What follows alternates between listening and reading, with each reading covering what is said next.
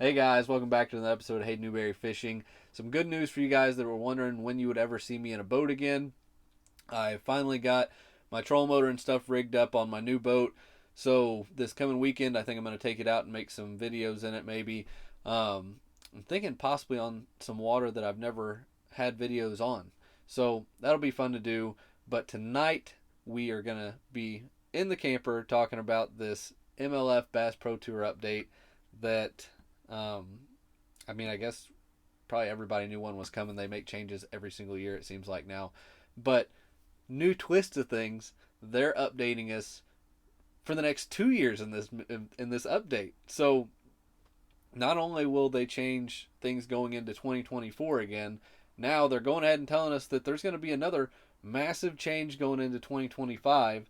Um, I they're a great tour aside from definitely some hiccups that they've had along the way with a lot of things, but I hope that eventually they get done with all these changes because it's confusing people a tidbit. Um, Probably anybody that's finally used to their format is gonna be confused by this one a little bit maybe, but anybody that likes traditional tournament formats is gonna love it. Which that's me. I couldn't keep up with what they were doing the last couple of years. 6 days in a row of these major tournaments are just kind of hard to follow. But they're going to do some things that I think are going to increase, I guess, just the live coverage viewership. I would say, and that's what they're going for. That's their money maker is all this time with live coverage. So to start things out with this big press release, 2025 is actually what we're getting into to start out the press release is that the year of 2025 they will be cutting this field down to an all-star roster of 50 anglers comprised of the top 35 pros from the 2024 Bass Pro Tour Lifetime Angler of the Year standings. So, this isn't just the past year, it's going to be the best. So that's kind of where they're getting this. These are like the all-star of the all-stars. This is their entire AOY standings going through the years into 2025. They will cut the field down. So they're at 80 right now. They're planning on taking only 35 of those guys, which is something that I get why they would say this 2 years out because you cannot drop that on the highest level pros like a few months before the season starts. So they kind of had to drop this a year and a half in advance because they'd probably get sued if they would have just told these guys, "Hey, half you guys don't have a job next year. We're actually cutting the field down to 35." So I do think there's some reasons why they might be cutting it down to 35. This is me also maybe playing the other side of this, but truthfully, more so my opinion of it.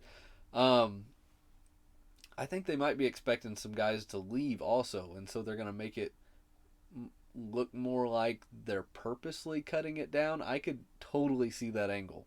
Like, hey, we're making an all star roster, but actually, half our guys want to go because of this huge cheating thing that happened this year, which there's a bunch of honest guys on there. What they should do is starting out next year, those guys shouldn't even be there. The field should already be cut by next year because they should have taken anybody that obviously looked like they were being cheaters or playing in that hardcore gray area of the rules. Should have said, you're not welcome back next year. Go find a different tour to play on and seeing if somebody else would have accepted them. But they're going to drop it down to a 50 boat field, but only 35 of it will be from the 2024 Bass Pro Tour Life Angler of the Year standings. The top 10 anglers from the 2024 Bass Pro Tour single year standings that did not qualify via the top 35 lifetime AOY standings and the top 5 anglers from the 2024 Bass Pro or 2024 Tackle Warehouse Invitationals will make it. So they still got to let those guys in because those guys are kind of promised a spot in there. So 5 anglers from there. So I guess I lied there. I hadn't read that far ahead. 10 anglers, so that's 45. So still almost half of the field won't be coming back after 2024, which is crazy because those guys they're all huge names, every single one of them. So to say that they're if they're not leaving, that MLF for this change is willing to cut that many of them is crazy to do that, because if they aren't ready to leave, there's probably a lot of guys that might be a little upset of that they invested this much time, because it's not easy to get up there.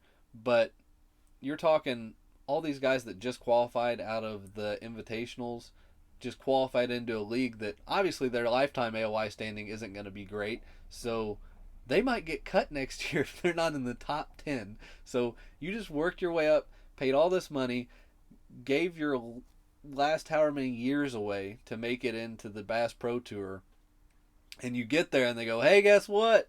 If you aren't top 10 in AOY standings next year, you're out. That is nuts. So, again, another reason why I think they had to announce this a year and a half early, because they would have got sued. Somebody would have lost it. Some people might still be losing it over this. I do think it is a good thing for viewership. I would much rather watch smaller fields compete in these tournaments than watch 150, 200 boat fields. The 50 boats, to me, it's easier to pay attention to because there isn't so many guys competing.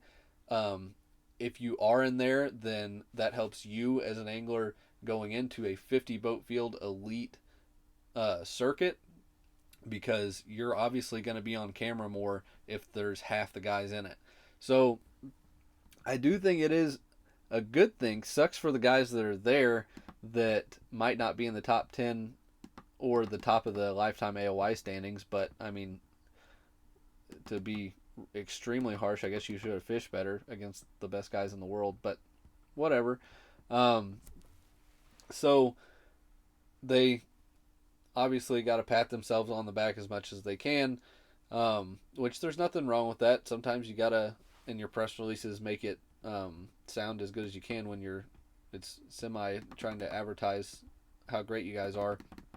But they do have some of the best payouts the best payouts in professional bass fishing right now.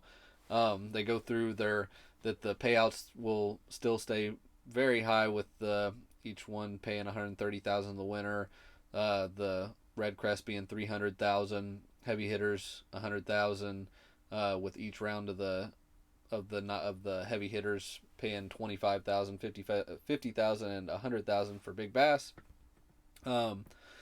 And then they're going through the media platform, which I guess they're increasing their live coverage next year also. So there will be even more live streaming of the events even before they switch things over. And that's also something that I meant to get to, is that they will actually only be 4-day tournaments in 2025, which is something that is good. I don't want to watch this stuff over 6 days. It's too much. It's too much to track for one tournament. Nobody hardly can track it over that much time or have that much free time to watch this stuff. Some people I'm sure do, but not as many as probably they would hope. It'll be kind of more so your standard, just like Bassmasters and a lot of other 4-day events are. Top 20 anglers based on the 2-day cumulative weight will compete in the knockout round in day 3. Weights will reset in the knockout round, and then the top 10 anglers will advance to the championship round on day 4. They're reinstating every fish counts. They tried that. It didn't work. They were looking for a bump in viewership because there's been so many people complain about it, and I can't blame them for switching back. I truthfully, I think they should have stuck to their guns, because they had based so much off of it, and stayed with every fish counts. Truthfully, they got a lot of heat because people claimed the Dink Fest and everything, but if truthfully, if you looked even at the Every Fish Counts standings in most tournaments, the same guys would have been at the top. It really didn't change a lot. That really, I don't know why that has been the big thing that people focus on is that, and still it's like a 2 pound minimum in, I believe, in most tournaments that they have. So it's a 2 pounder is not that easy to catch. Everybody acts like every fish out there is a 2 pounder. If a guy's winning the tournament and every fish counts, I can bet you that he's probably going to be winning the tournament in a 5 fish limit, or he's going to be in the top 10. But anyway, so reinstating every fish counts. They tried it pretty much. They're saying that they didn't see the increase in viewership, so they're switching back, which 100% they should. They make their money off of live coverage. So as a business that is trying to make money to be able to pay these people, which that's the basis of what everybody talks about, is that a lot of bass fishing organizations don't have enough pay that they're giving these anglers. So they need to generate more money. MLF is trying to generate more money. I'll knock them where they screw up, which they have screwed up in a lot of places. But in terms of trying to make a productive money making organization, they are at least trying the right things, trying some different things, and seeing if it works. Some of them haven't worked. Definitely not eliminating cheaters hasn't worked, so they need to do more of that. But if they shaped up on that end, I'd like them a lot more. So they're adding, and this is just in 2024, they're adding nearly 20% to its live stream offerings. So pretty much that's a moneymaker. The more that they can offer these companies in raw live footage with commercials and everything else that people are watching, then the more money the organization's going to make. There's a whole bunch of great stuff in here. So I'm trying to decipher through this. I did a brief run through of it earlier, but 2024, if you're wondering too, the still going to be 6-day tournaments next year, which they're working on switching out of it. Again, I think that they didn't want to change everything all at one time. I gotta take a drink of water here. So, so they're still gonna do all that stuff going into 2024, and then they're gonna do the huge switch going into 2025. What I foresee happening in the Bassmaster side, so what might not, another thing that might not be considered by a lot of people that read this at first glance, the opens are probably going to be nuts next year. More nuts than they were this year.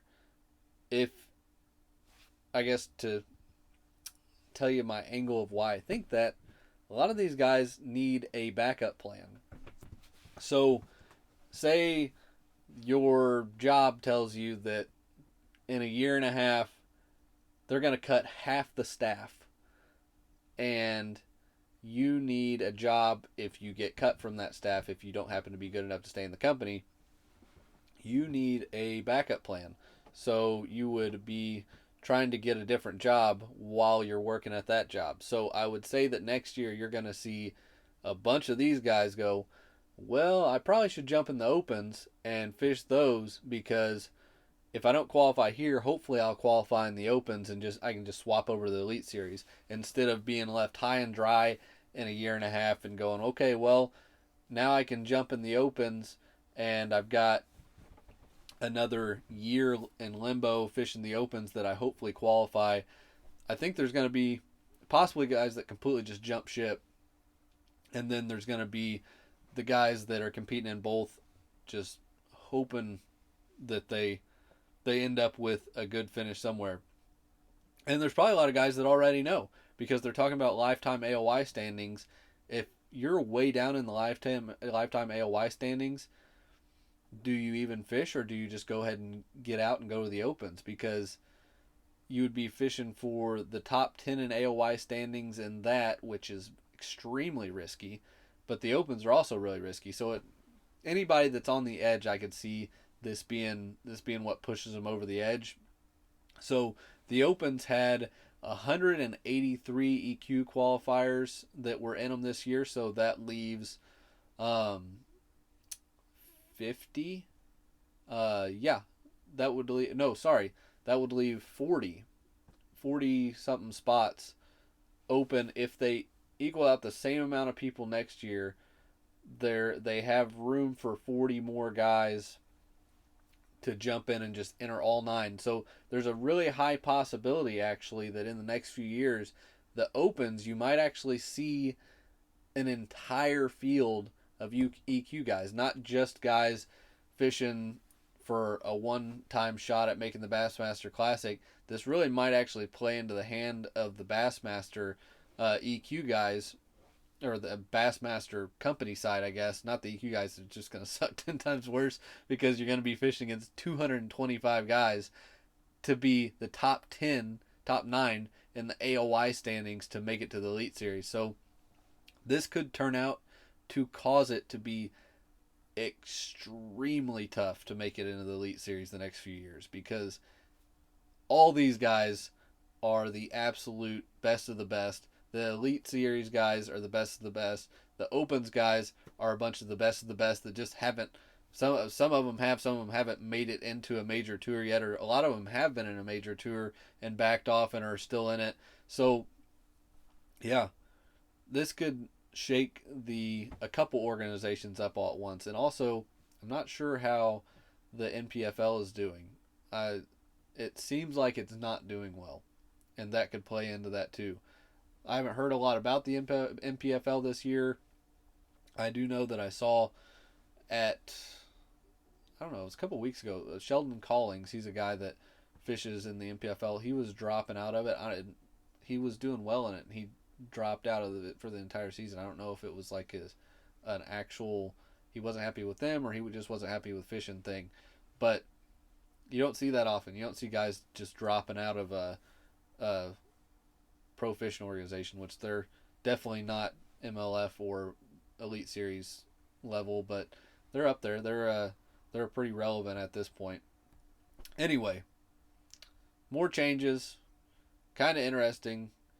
I think that in long term, I can totally see this ending up being a switchback in like MLF 5 years down the line is fishing best 5. They switch back to that again, and they end up being like just a smaller, a smaller 4-day tournament organization that just fishes for the best 5. Only they do catch, weigh, release. That would be actually kind of hilarious. But anyway, thanks for watching the video, guys. Stay tuned. We'll have more on the water stuff coming at you.